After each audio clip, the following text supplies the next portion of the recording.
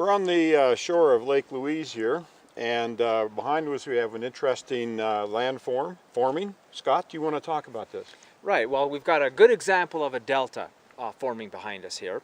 And essentially, the delta formation is all about the transformation of the river system and its sediments. So those sediments that are being carried by the river, as we transition into the lake environment, those sediments are dropped out of the river water, and we have a grading condition where we build a delta based on mainly fine material again, silts and fine sands, perhaps a little bit of clay.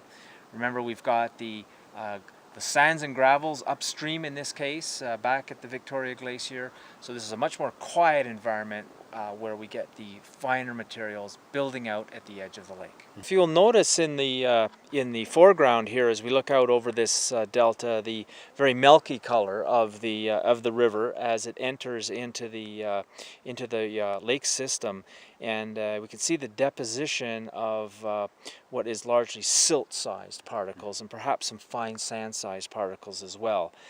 And if we look across the delta and out towards the middle of the delta, we can see plumes of silt and fine sand being carried out into the bluish colors of Lake Louise proper.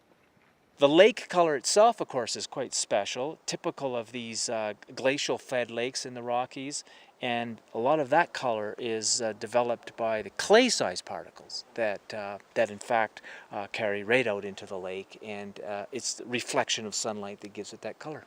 As soils, these form the basis for some pretty productive ecosystems. Well, we've got a fairly small delta formation going on here behind us, but it's active. The material that you see in the forefront, this is bare soil actively being eroded. In the background on the delta, we have vegetation where it's a little bit more stable.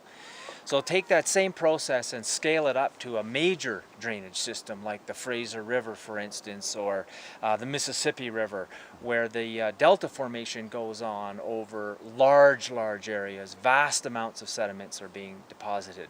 And with certain management interventions, typically drainage and water control systems of various sorts, these soils have been used around the world as extremely productive agricultural soils. And history gives us one of the best examples, of course, the Nile River, which was replenished with annual sediment depositions, and an entire culture flourished on that delta. So the delta environment's very important ecologically and for agricultural production around the world.